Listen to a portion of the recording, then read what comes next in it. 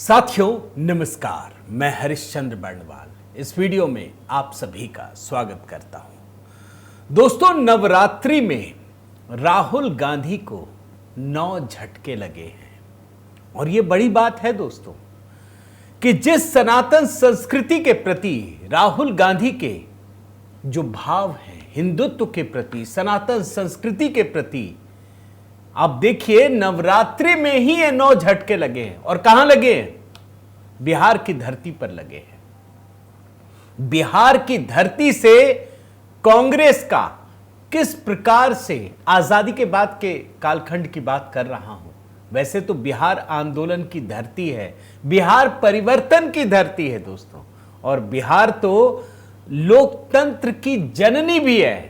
लेकिन उसी बिहार के साथ आजादी के बाद जिस तरीके से कांग्रेस ने भेदभाव का रवैया अपनाया, उसी बिहार में जब राहुल गांधी ने एक बड़ा काम करने की कोशिश की, ऐतिहासिक काम करने की कोशिश की, तो वहीं जाकर नवरात्रि में राहुल गांधी को 9 झटके लगे हैं।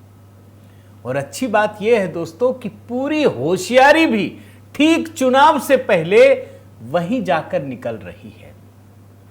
मामला कितना बड़ा है जो पॉलिटिकल पंडित बता रहे हैं दोस्तों, आपको इसी बात से समझ में आएगा कि बहन प्रियंका गांधी ने भी धोखा दे दिया। वो पहुंची नहीं। मैं तो ढूंढ रहा था सारी तस्वीरों में, अभी तो मैं डिकोड करूंगा। आई तो सोनिया गांधी भी नहीं, लेकिन बात अगर प्रियंका गांधी की हो तो उसमें जरा लोचा अलग है। क्यों अलग है वो भी मैं आपको दिखाऊंगा। तो आज के वीडियो में दोस्तों एक एक करके राहुल गांधी को बिहार की धरती पर 9 झटके लगे हैं, वही डिकोड करूंगा, और वो भी नवरात्रि के समय। और जब बात नवरात्रि की हो रही हो दोस्तों, तो आपसे फिर मैं जरूर कहूंगा कि नवरात्रि के 9 मंत्र को लेकर हमने HB मेलोडी में जो तैयारी की, जो जिस तरीके से आपने स्नेह दिया, मैं विभूत हूं दोस्तों। आपने जिस तरीके, मैं एक एक कमेंट देख रहा था, आप लोगों ने जितना प्रेम और स्नेह दिया है, मैं आप सभी को प्रणाम करता हूं। अगर आपने नहीं देखा है तो जरूर देखिए। और ये पूरे नवरात्रि में जब हम पूजा करते हैं ना, उपवास करते हैं, तो हमें लगता है कि मंत्र चलना चाहिए, सोते जगते, तो उसी हिसाब से ये मंत्र तैयार किए हैं दोस्तों। अलग अलग स्वर में है, वीडियो भी तैयार किया है, तो पूरे नवरात्रि के दौरान इसे आप सुन सकते हैं। 108 बार है, मतलब चलेगा और खत्म होगा, 108 बार ही आप सुनेंगे, तो जरूर देखिएगा। आइए शुरू करते हैं दोस्तों बिहार की कहानी, कैसे नवरात्रि में ये सब कुछ हुआ है। आप जानते हैं दोस्तों, बिहार में जो कांग्रेस का दफ्तर है, सदाकत आश्रम, ये दफ्तर ही नहीं है, ये एक बड़ा ऐतिहासिक स्थल है दोस्तों। क्योंकि जो स्वतंत्रता आंदोलन का बिहार में केंद्र रहा, वो सदाकत आश्रम ही रहा, महत्वपूर्ण केंद्र रहा। महात्मा गांधी कई बार गए, राजेंद्र प्रसाद, जवाहरलाल नेहरू, और राजेंद्र प्रसाद के जीवन का आखिरी समय तो यहीं गुजरा, यहीं निधन हुआ है उनका। ये पटना में है।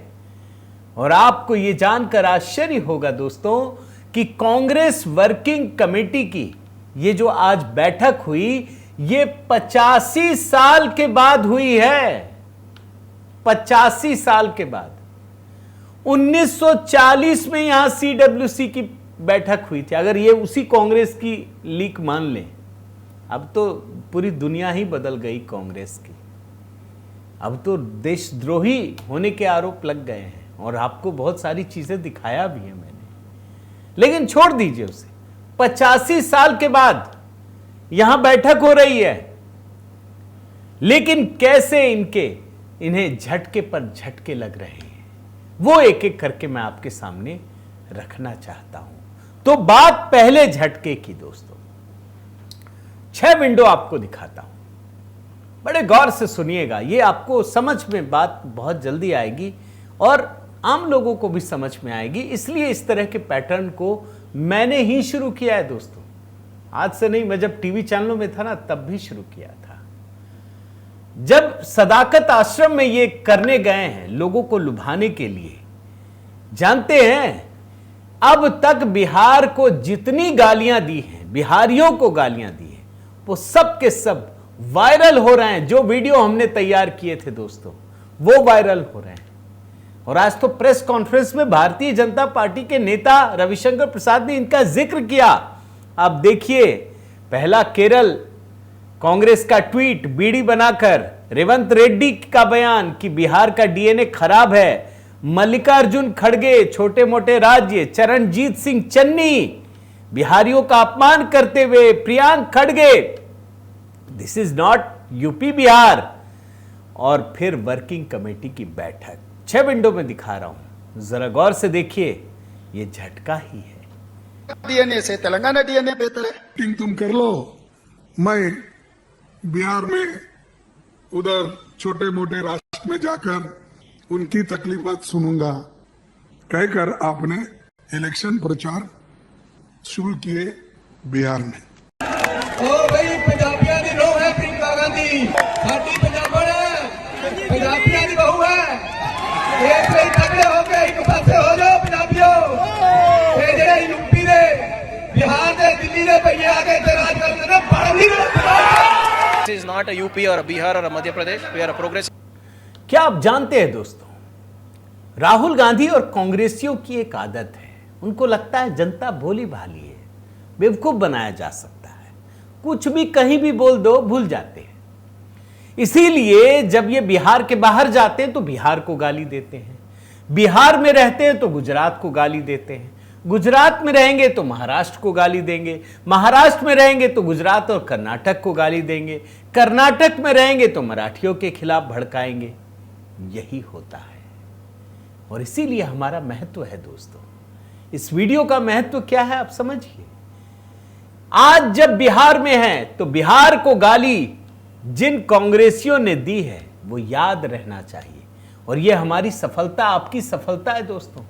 आप जिस तरीके से इस वीडियो को लोगों तक पहुंचाते हैं, उनको एकदम से फ्लैशबैक में सारी चीजें याद आ जाती है कि इन लोगों ने बिहार को कितनी गालियां दी हैं। ये प्योर कांग्रेसी नेता, राहुल गांधी की टीम का हिस्सा, ये झटका आखिरी समय तक महसूस होना चाहिए दोस्तों। और इसीलिए इस वीडियो को अधिक से अधिक लोगों तक पहुंचाइएगा जरूर, ताकि ये गालियां पता चल सके। ये पहला झटका। दूसरा झटका, आज जब ये वीडियो आया कि इनकी बैठक हो रही है CWC की, तो हमने बड़े गौर से देखा। आप भी देखिए, बड़ा भव्य है, आलीशान बैठक है, CWC की बैठक। 3 ही राज्य में सरकार है, लेकिन अकड़ में कमी नहीं आई है। लगता है ऐसे जैसे पूरे भारत पर इन्हीं का राज चलता है, PM कोई भी हो, यही असल आदमी है। मगर मेरी नजरें एक तस्वीर ढूंढ रही थी दोस्तों। मैं देखना चाहता था कि आखिर इस वीडियो में कौन कौन है, कौन कौन आया है। जब नहीं मिला तो फिर मैंने न्यूज क्लिपिंग ढूंढा, तो पता चला कि सोनिया गांधी नहीं आई हैं, लेकिन साथ ही साथ प्रियंका गांधी वाड्रा भी नहीं पहुंची। दोनों ने स्किप कर दिया। मैं इसको भी छोटी खबर मान लेता दोस्तों, लेकिन यह छोटी खबर नहीं है। क्यों नहीं है आप समझिए। 85 साल के बाद बिहार के सदाकत आश्रम में यह बैठक चल रही है, ध्यान रखिएगा। और कांग्रेस की बड़ी नेताओं में ये कम से कम दूसरी तीसरी नेता होगी ना भैया। राहुल, सोनिया और प्रियंका यही है, पहली नेता ही मान लीजिए। और सबसे बड़ी बात है दोस्तों, आज 24 तारीख है ना, परसों 26 तारीख को मोतिहारी में प्रियंका वाड्रा की रैली हो रही है।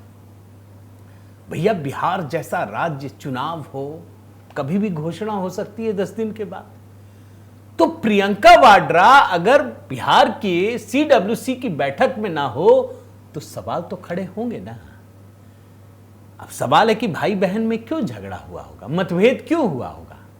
तो उसकी वजह ये रिपोर्ट है। आप देखिए क्या लिखा है। बिहार विधानसभा चुनाव में प्रियंका गांधी संभालेंगी मोर्चा, मोतिहारी में होगी पहली सभा। राहुल गांधी ने दम लगा दिया फ्रंट सीट में बैठने के लिए कि स्टीयरिंग तो हम ही संभालेंगे। वो रैली हो गई फ्लॉप, वोटर अधिकार यात्रा फ्लॉप हो गई, कोई पहुंचा ही नहीं। बस जो जिनको मैसेज देना चाहते थे वही समुदाय पहुंचे। अब ये माहौल बनाया गया कि अब तो प्रियंका गांधी वाड्रा मोर्चा संभालेंगी। राहुल गांधी को बुरा लग गया। भाई मैं मेहनत कर रहा हूं यार, मैं चल रहा हूं, अधिकार यात्रा कर रहा हूं, अब मोर्चा संभालेंगी प्रियंका गांधी। जो अंदरूनी सूत्र बता रहे हैं जो कांग्रेस से जुड़े लोग कि कहीं ना कहीं भाई बहन में भी बड़ी खटपट है, इसीलिए पहुंची नहीं वो। भाई जब परसों जाना है तो आज क्यों नहीं आई? और आज तो सबसे बड़ी बैठक है। और इसीलिए दोस्तों आप देखिए, ये कांग्रेस ने ट्वीट किया, इस ट्वीट पर भी मेरी नजर गए। CWC की विस्तारित बैठक पटना बिहार, और 4 तस्वीरें हैं, चारों में देखिए, एक में गजब खुश खड़गे और वो, फिर दूसरी तस्वीर मैंने देखी, इसमें भी बहुत सारे नेता हैं, ढेर सारे। तीसरी तस्वीर पूरे माहौल की इन्होंने लगाई है, और ये सारी तस्वीर मैंने देख ली, कहीं प्रियंका गांधी वाड्रा मुझे नहीं दिखी। ये बहुत बड़ा झटका है दोस्तों। आप लड़ किससे रहे हैं? राहुल गांधी लड़ रहे हैं तेजस्वी से, या भाजपा से, या नीतीश से, या भाई बहन आपस में ही लड़ रहे हैं? ये लड़ाई बिहार की इस बैठक में पता चल गया। ये है दूसरा झटका। तीसरा झटका आइए, आनंद शर्मा पार्टी के विदेशी मामलों के अध्यक्ष इस्तीफा दे दिया। जानते हैं ये पूर्व केंद्रीय मंत्री हैं, कांग्रेस के दिग्गज नेता हैं, 1 दशक तक इस विभाग का नेतृत्व किया। बाद में भी दे सकते थे, पहले भी दे सकते थे, लेकिन आज ही का दिन क्यों चुना गया? वो भी तब जब कांग्रेस की ऐतिहासिक बैठक हो रही है। मैंने आपको कहा ना, 1940 आजादी के पहले इस सदाकत आश्रम में बैठक हुई थी, और आज हो रही है। यह बहुत बड़ा झटका है दोस्तों। यह मैसेजिंग बड़ा क्लियर है। चौथा झटका, नवरात्रि के 9 झटके दिखा रहा हूं आपको। एक नाम है शशि थरूर दोस्तों। CWC की बैठक हो रही है। मैंने कहा जरा उनका चेहरा नहीं मिला, तो मैंने ढूंढा कि CWC की बैठक में ये साहब हैं भी या नहीं हैं। तो मैं एक एक करके नाम तलाशता चला गया। आप देखिए 22वें नंबर पर श्री शशि थरूर का नाम है इसमें। शशि थरूर साहब नहीं आए। ये डर लग रहा था कि अगर आ गए तो कुछ तो गड़बड़ हो जाएगी, नहीं आए तो और अच्छा हुआ। तो कांग्रेस पार्टी के भीतर बड़े बड़े नेताओं की आपस में सिर फुटअव्वल ये सामने आई है दोस्तों, और यही है चौथा झटका। 5वां झटका भी देख लीजिए। ये तो गजब है। समझ ही में नहीं आता कि कांग्रेस पार्टी जो बिहार में काम कर रही है वो किसके खिलाफ कर रही है? नीतीश कुमार के खिलाफ, या भारतीय जनता पार्टी के खिलाफ, मोदी जी के खिलाफ, चुनाव आयोग के खिलाफ? पता नहीं। यह कहानी तो कुछ और बता रही है भाई। आज ही दोस्तों राष्ट्रीय जनता दल ने, आरजेडी ने एक गाना लॉन्च किया। गजब का गाना है। अब गाना मैं क्या बताऊं इन लोगों का आपको, लेकिन इस गाने को कब लॉन्च किया गया और किस लिए लॉन्च किया गया यह महत्वपूर्ण है। ठीक कांग्रेस वर्किंग कमेटी की बैठक से ठीक पहले लालू यादव ने यह दांव चला है। यह बात आप समझिए। तो आप इस बात को इस तरीके से समझिए दोस्तों कि लालू यादव 2 काम करते हैं इस ट्वीट के इस गाने को लॉन्च करने के जरिए। पहला काम यह करते हैं कि कांग्रेस वर्किंग कमेटी के ठीक पहले एक संदेश देते हैं वो, और दूसरा काम यह करते हैं दोस्तों कि कांग्रेस पार्टी को यह मैसेज देते हैं कि हमारे नेता तेजस्वी यादव ही होंगे और कोई नहीं होगा। इस गाने में बकायदा दोस्तों वीडियो की शुरुआत उगते सूरज के साथ होती है कि तेजस्वी एक विकास पुरुष हैं। कांग्रेस पार्टी ने अभी तक नाम नहीं दिया है। तो यह है 5वां झटका। छठा झटका आपको दिखाता हूं दोस्तों।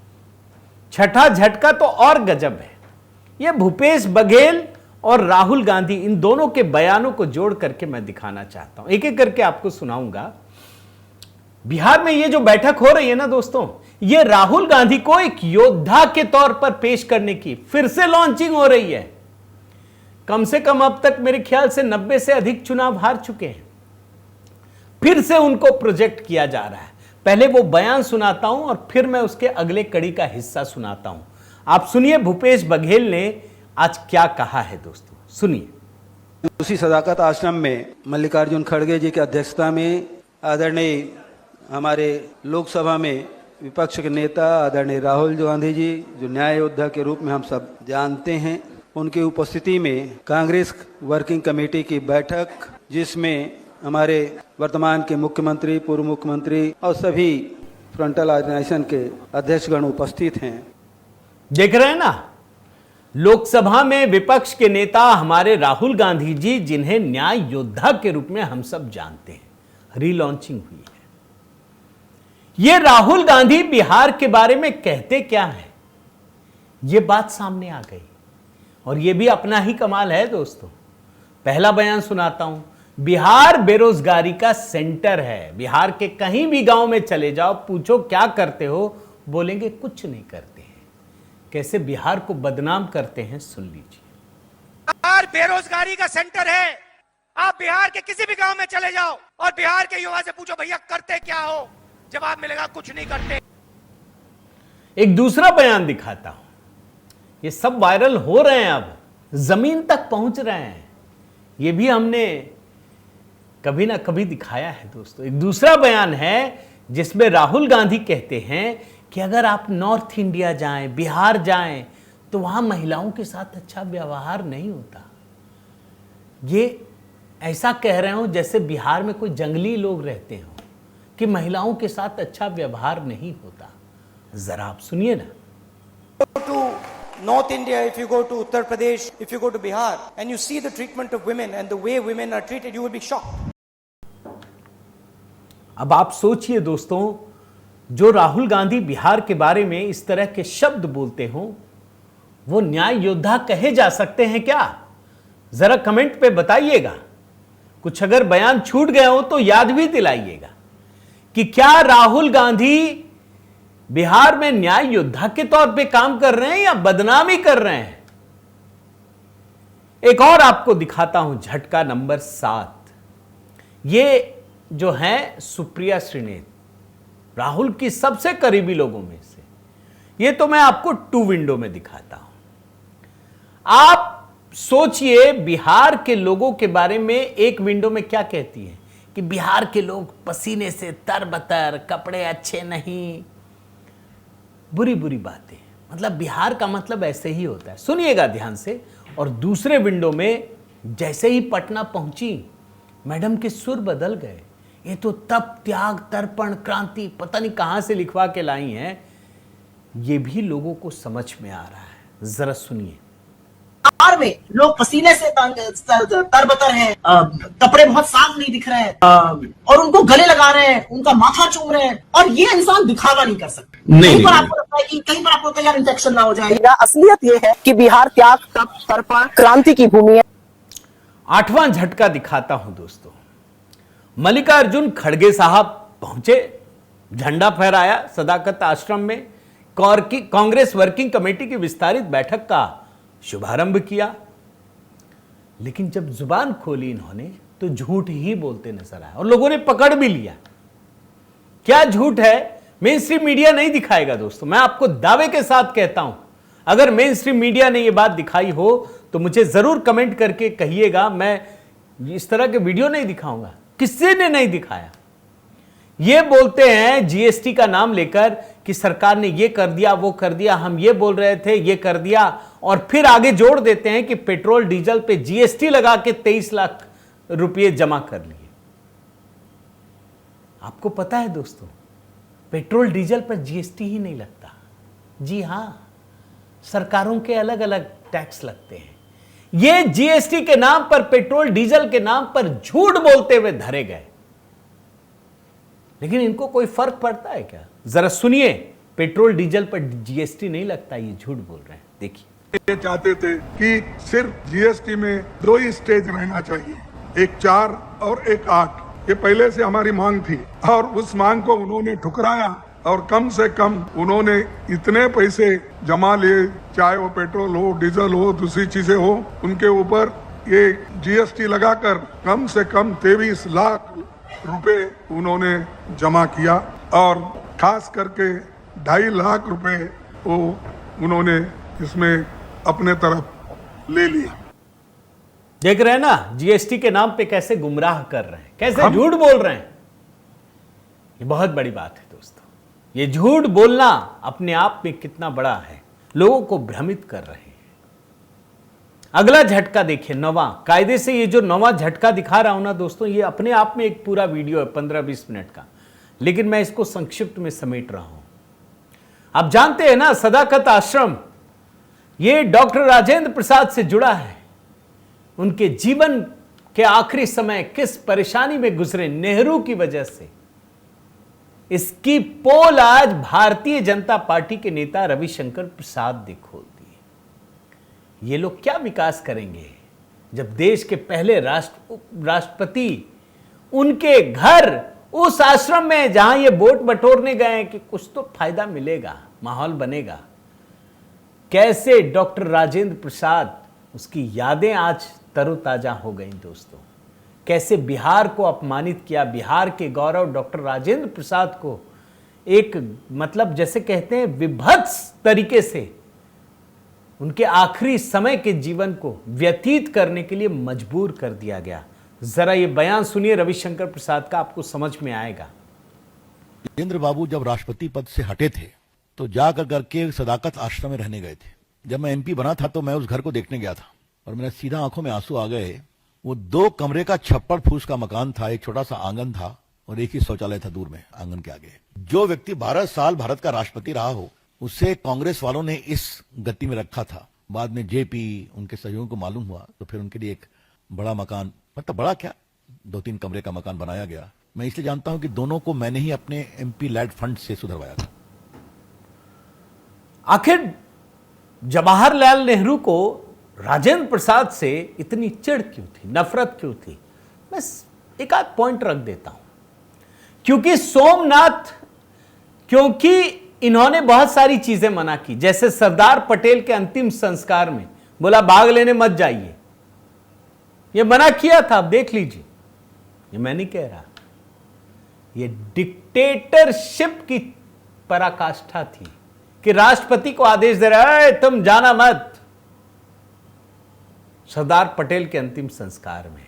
दूसरा, सोमनाथ मंदिर उद्घाटन, क्योंकि सरदार पटेल ने निर्माण करवाया था, मना कर दिया। हिंदू धर्म से चिढ़ ऐसे ही थोड़ी आज है, ये तो इस देश का दुर्भाग्य है कि इस देश के हिंदू इस बात को समझते ही नहीं, भूल जाते हैं। बड़ा दुर्भाग्य है। सरदार पटेल को सोमनाथ मंदिर बनाने से रोकने की भरपूर कोशिश की, एक नहीं चली, क्योंकि उनसे ज्यादा तो सरदार पटेल की लोकप्रियता थी। जब सोमनाथ मंदिर का उद्घाटन होने लगा तो राष्ट्रपति को रोकने लगे, मत जाइए, जा नहीं सकते, सब चले गए। उसके बाद इतनी पीड़ा दी दोस्तों, इतनी पीड़ा, दूभर कर दिया, दिल्ली में रहने के लिए कुछ नहीं दिया। पटना गए, सदाकत आश्रम में दमा हो गया। एक ही मशीन थी, मैं कहीं पढ़ा था, एक मशीन थी, नेहरू ने उसको दिल्ली मंगवा लिया और दमे से उनका निधन हो गया। एक तरफ नेहरू का परिवार आलीशान, सारे दिल्ली के बड़े बड़े बेशकीमती संस्थानों पर कब्जा, और दूसरी तरफ देश का प्रथम राष्ट्रपति कहां है? कुछ देखा आपने? उनका वंशज कहां है, क्या कर रहा है, कुछ सुना आपने? यही फर्क है, यही फर्क है दोस्तों। और सिर्फ राजेंद्र बाबू नहीं, बिहार के 2 और नेता, 3 नेताओं की बात, जयप्रकाश नारायण, बिहार के गौरव, उनको गिरफ्तार किया। बाबू जगजीवन राम, सुन लीजिए, ये सुनना इसलिए जरूरी है दोस्तों ताकि आपको समझ में आए कि जो काम नेहरू ने किया वही काम राहुल गांधी कर रहे हैं, कोई फर्क नहीं है। जो काम इंदिरा गांधी ने किया वही काम राहुल गांधी कर रहे हैं। नेहरू ने अपमानित किया, इंदिरा गांधी ने बिहार को अपमानित किया जेपी को गिरफ्तार करके, राहुल गांधी वही कर रहे हैं। रविशंकर प्रसाद का एक और छोटा बयान सुनिए। लोकनायक जयप्रकाश नारायण, आजादी के आंदोलन के महान नेता, उनको गिरफ्तार भी किया गया, उनकी किडनी भी खराब हुई, तो ये आपने बिहार की चिंता की। और तो और आपने जगजीवन राम को भारत का प्रधानमंत्री नहीं बनने दिया। और बेशर्मी क्या है कि जब राहुल गांधी पहुंचते हैं तो कहते हैं कि सत्ताधारियों ने किया बिहार का शोषण। अरे उन सत्ताधारियों में तो आप ही की सरकार थी, और किसने शोषण किया? मैं तो देख रहा हूं कभी भाजपा को अकेले मौका ही नहीं मिला, लेकिन फिर भी नीतीश हैं, कम से कम उस जंगल राज से तो मुक्ति दिलाई जिस लालू यादव के साथ खड़े हैं। अगर आपके जहन में बिहार में जंगल राज की कहानी याद हो दोस्तों, तो जरूर कमेंट में लिखिएगा। मेरी जो शिक्षा हुई है दोस्तों 10वीं तक की, वो हुई है झारखंड में। मैंने 3री से 10वीं तक की पढ़ाई धनबाद में की है। उस समय ये बिहार का ही हिस्सा हुआ करता था। और ये 12वीं की पढ़ाई हजारीबाग के संत कोलंबस कॉलेज से की है। फिर मैं दिल्ली आ गया, दिल्ली विश्वविद्यालय। उस समय ये बिहार का हिस्सा था। मुझे वो जंगल राज का दौर याद है, लालू यादव का राज था उस समय। तो मैं चाहता हूं कि आप भी याद कीजिए, जरा कमेंट में बताइएगा। लेकिन एक राजनीति आपको जरूर बताना चाहता हूं कि आखिर राहुल गांधी ने ऐसा किया क्यों, बिहार के पटना में क्यों किया? तो इसकी वजह यह है दोस्तों, 2023 की एक घटना की याद दिलाता हूं। 5 राज्यों में चुनाव थे, तेलंगाना, राजस्थान, मध्य प्रदेश, छत्तीसगढ़, मिजोरम, ठीक है। तो तेलंगाना में एक बहुत बड़ी बैठक की थी कांग्रेस ने। उस समय लग रहा था कि भाजपा अच्छा करेगी, लेकिन भाजपा ने कुछ गलत कदम उठाए। कांग्रेस ने अपनी बड़ी बैठक की तेलंगाना में और माहौल बनाया कि कांग्रेस का पूरा फोकस तेलंगाना में है, और बाकी बहुत सारे काम किए, और इसका फायदा हुआ। कांग्रेस की सीट 19 से बढ़कर 64 हो गई, 45 सीट बढ़ गए, वोट परसेंटेज बढ़ गया, और पूर्ण बहुमत की सरकार बन गई। यही काम यहां करना चाहते हैं। इनको अभी 70 सीटें मिली थी, जिसमें बहुत कम सीटों पर जीत मिली, सिर्फ 19 सीटों पर। और यह माहौल बनाया गया कि कांग्रेस को अगर कम सीटें मिलती तो तेजस्वी मुख्यमंत्री बन सकते थे। अब राहुल गांधी को लग रहा है कि यार तेजस्वी पे दबाव डालना है तो यह करना पड़ेगा। 20 सीट तो ऐसी है जिसपे वो लड़ना ही नहीं चाहते कि हम नहीं जीत पाएंगे। 50 तो ये सीटों को भी बदलना चाहते हैं। तो कांग्रेस की असल लड़ाई दोस्तों भाजपा से नहीं है, इस बात को समझ जाइए। राहुल गांधी की असली लड़ाई तेजस्वी यादव से है कि अच्छी सीटें कैसे लें और अधिक सीटें कैसे लें। आपको क्या लगता है, तेजस्वी लालू यादव कांग्रेस को कितनी सीटें देंगे? कमेंट करके बताइएगा दोस्तों। बहुत जल्द सारी खुलासे होने वाले हैं। आपको वीडियो कैसा लगा जरूर बताइएगा। अगर आपने चैनल सब्सक्राइब नहीं किया है तो जरूर कीजिए, लाइक कीजिए, बेल आइकन दबाइए। और हाँ दोस्तों, HB मेलोडी जहां लगातार गीतों का सिलसिला जारी है। अगला गीत राष्ट्रीय स्वयंसेवक संघ पर होगा दोस्तों। कुछ सुझाव देना हो तो यहां पर भी दे सकते हैं। HB मेलोडी पर अगर देंगे तो अच्छा है। व्हाट्सएप नंबर भी है मेरा। और तब तक आप नवरात्रि, कम से कम 1 अक्टूबर जब नवरात्रि पूरी हो रही है, जरूर देखिए दोस्तों। अधिक से अधिक लोगों तक शेयर कीजिए। बहुत बहुत धन्यवाद। जय सिया राम।